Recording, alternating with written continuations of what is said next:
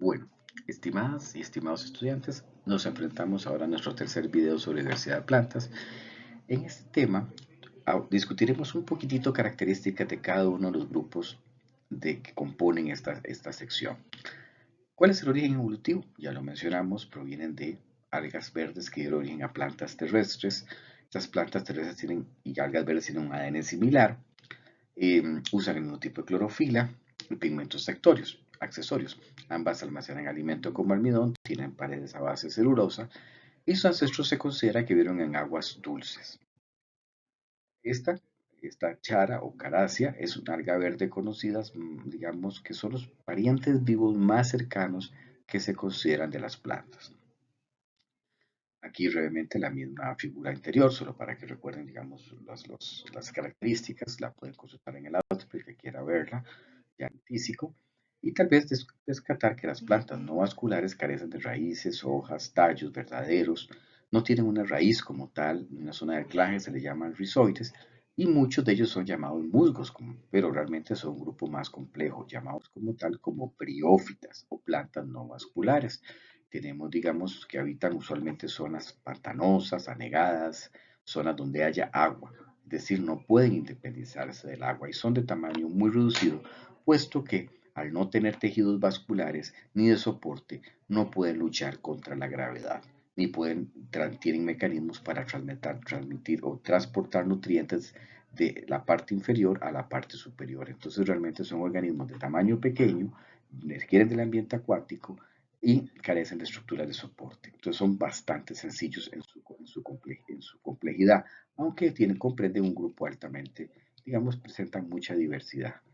Su origen evolutivo, ¿verdad? Nuevamente, digamos, se puede, digamos, omite o les evita alcanzar tamaños prominentes al carecer o al no es desarrollado tejido vascular. Tampoco la ausencia, digamos, de semillas, polen, frutos, son características ausentes de las plantas terrestres dominantes hoy en día, ¿verdad?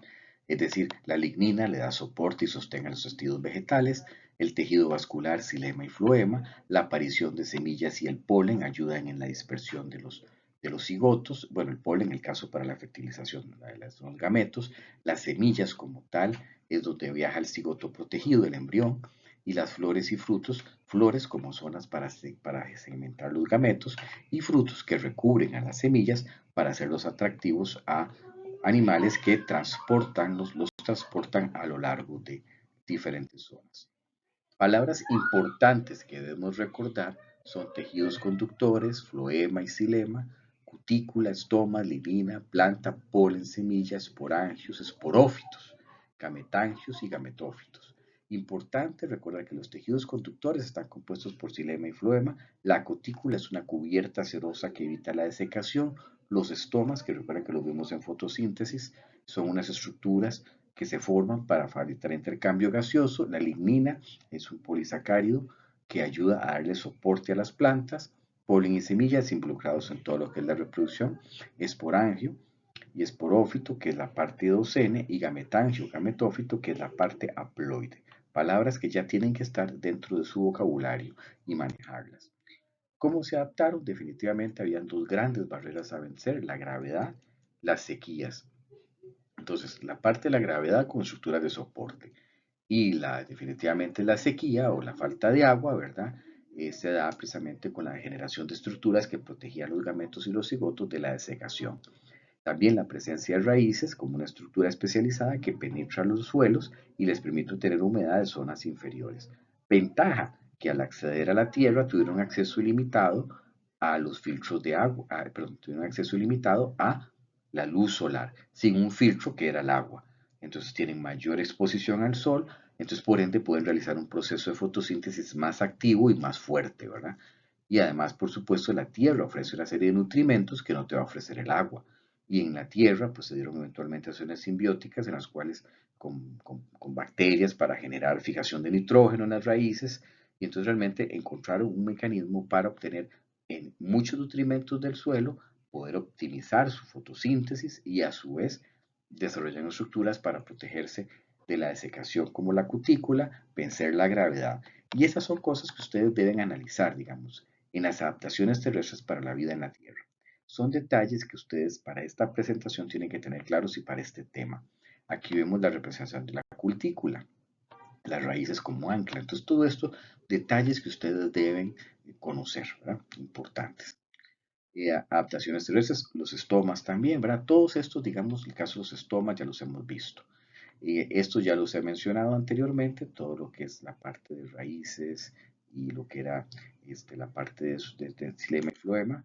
Luego tenemos la lignina, ¿verdad? Que ayuda, está endurecedora de las paredes celulares y sostiene el cuerpo de la planta, ¿verdad? Es una estructura de soporte que está rodeando cerca, digamos, toda esta estructura a base de celulosa, lignina y hemicelulosa le da soporte estructural a las plantas. Y por supuesto los vasos conductores que permiten, en el caso del xilema, transportar, en el caso del xilema, transportar, ¿verdad? Sustancias a través de la planta, lo mismo que el floema, ¿verdad? Tanto el xilema y el floema transportan sustancias por la planta. Es decir, ¿qué es lo que hacen? Pues movilizar agua, sales minerales y productos de la fotosíntesis, ¿ok? Por ahora, yo no voy a explicar cuál es la función del xilema ni cuál es la función del floema. Eso lo vamos a ver en otra presentación. Por ahora, nada más de xilema y floema, que son estructuras que se encargan del transporte de agua, sales, minerales y productos de la fotosíntesis. Hasta ahí para esta presentación. Luego lo veremos en más detalle. No voy a entrar ya en detalles de qué es lo que hace cada uno. El polen son granos al microscopio que pueden ir por el viento o ser transportados por patas de animales, cosas por el estilo, y ahí van los gametos masculinos y las semillas desarrolladas para proteger el cigoto una vez que se forma o el embrioncito una vez que se forma cuando el polen fecundiza los gametos femeninos, en este caso los óvulos. Las flores, que son formas para atraer organismos o animales polinizadores para favorecer el intercambio de gametos, las abejas lo hacen, y frutos para animales para liberación de semillas. Todo esto ayuda en la llamada reproducción sin agua. También raíces, tallos y hojas, todo esto, ¿verdad? Ayuda, ¿verdad? En el proceso. Las raíces para capturar nutrientes del suelo, darle fijación a la planta, para protegerla, tallos endurecidos para poder vencer la gravedad y hojas para poder obtener un gran proceso de fotosíntesis. Y todo esto endosado en una estructura llamada esporófito que es diploide. Los helechos, que son las plantas vasculares sin semilla, formaron los primeros bosques, incluyendo licopodios o colas de caballo. Estos primeros bosques fueron de hace millones de años, eran con helechos arborescentes, de este tipo, ¿verdad? Que parecen pequeños arbolitos, pero digámosle así, son plantas vasculares, pero carecen de semillas. Relación y dato relevante para su separación. Los helechos, hay como 12.000 especies y tienen hojas anchas, bien desarrolladas y como tal ya sí son propiamente vasculares y tienen ya estructuras de soporte y sostén para vencer la gravedad. ¿Okay? Las plantas con semilla, en este caso ya entramos a las gimnospermas y las angiospermas, los gametófitos son de tamaño diminuto y dependen del esporófito para obtener nutrientes, es decir, ya el gametófito depende de la estructura esporofítica, no son independientes, incluye las gimnospermas y angiospermas. Lo importante de las gimnospermas es que son plantas que tuvieron un gran desarrollo antes del Jurásico. Fueron totalmente las que primero se evolucionaron a ser totalmente terrestres. Incluye las ginkgo bilobas, los cicadáceos, netófilas y coníferas. Coníferas son las más conocidas como ustedes, cipreses, pinos, por ejemplo. Son los, por predominancia, son especies de árboles que crecen muy bien en las zonas templadas. También aquí en Costa Rica se han traído y crecen, pero no son propias del trópico. Entonces, estas son las estructuras. Ginkgo biloba es un árbol, digamos, de los más antiguos, es una única especie, inclusive tiene una historia porque cuando se dio la bomba de Hiroshima y Nagasaki, los pocos árboles que sobrevivieron eran de Ginkgo biloba, o sea, de alguna manera se supone que son árboles que tienen alta valoración, digamos, con propiedades nutricionales y protectoras de la salud, pues elevadas, y pueden buscar en las microbióticas suplementos a base de Ginkgo biloba. Luego están las cicadáceas, están las coníferas y letófilas. Esos son los 4 grupos principales de gimnospermas. Las coníferas, adaptadas muy bien a clima seco y frío, templados, como por ejemplo los bosques de Canadá, cosas por el estilo. tienen agujas delgadas, tienen su savia, tiene un anticongelante. Esto les permite soportar bien los inviernos. Conserva sus hojas durante todo el año. Ejemplo de estas, ¿verdad? Por nosotros, por supuesto, en Navidad las usamos, ¿verdad? Para los arbolitos, ¿verdad? Pero no son propias del trópico, son especies, digámosle así, invasoras. Las angiospermas, muy características del trópico, que abundan en nuestro país, tienen las llamadas plantas con flor y con fruto. Entonces, dentro de ellas tenemos una gran diversidad. Estas son dominantes en nuestro ambiente. El ser humano, pues definitivamente las utiliza, ¿verdad? Para eventualmente alimentarse con sus frutos, para belleza estética, o sea, para muchas cosas, ¿verdad? La más pequeña es la lenteja de agua, que mide alrededor de 3 milímetros, y hay algunas tan grandes como los eucaliptos que alcanzan 100 metros de altura. Las angiospermas, como tal, ¿verdad? Como digo, son plantas que pueden ser suaves, herbáceas, como el zacate, cosas por el estilo, pueden ser árboles que generan leña. Todo esto lo vamos a ver en otra presentación de fisiología vegetal, las características en profundidad de la fisiología de una angiosperma. Y aquí les dejo algunos videos para que puedan ver, digamos, lo que son las flores, frutos, algunos tipos de videos que pueden ser útiles para ustedes en su presentación.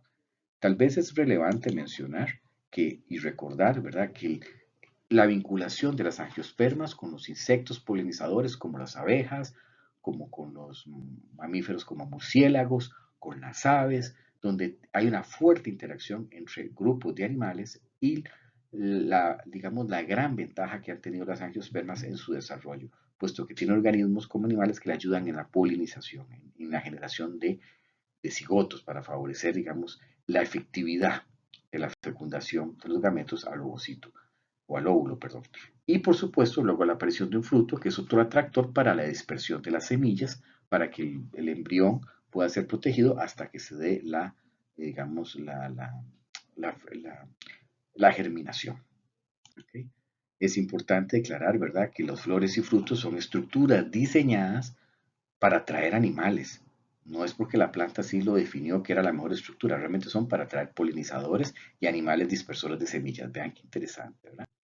Y datos que debemos comprender al final de esta clase, recuerden muy bien, para que lo crean claro, términos de alternancia de generaciones, criterios claves para la separación de los diferentes grupos, las estructuras diferenciadoras, que son cuáles son las estructuras claves para subir en un ambiente terrestre que las hizo exitosas a las gimnospermas, angiospermas en su momento para ser plantas dominantes en ambientes terrestres.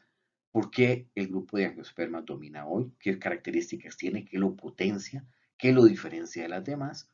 Y por supuesto, tener claridad, ¿verdad?, de la relevancia de su papel ecológico para nuestros hábitats terrestres, digamos, el asunto de las plantas y su origen, ¿verdad?, cómo fueron evolucionando. Detalles que deben tener presente a la hora de analizar y comprender estas presentaciones. Bueno, con eso terminamos nuestro tercer video y concluimos el tema de diversidad de plantas. Pasen muy buen día. Hasta luego.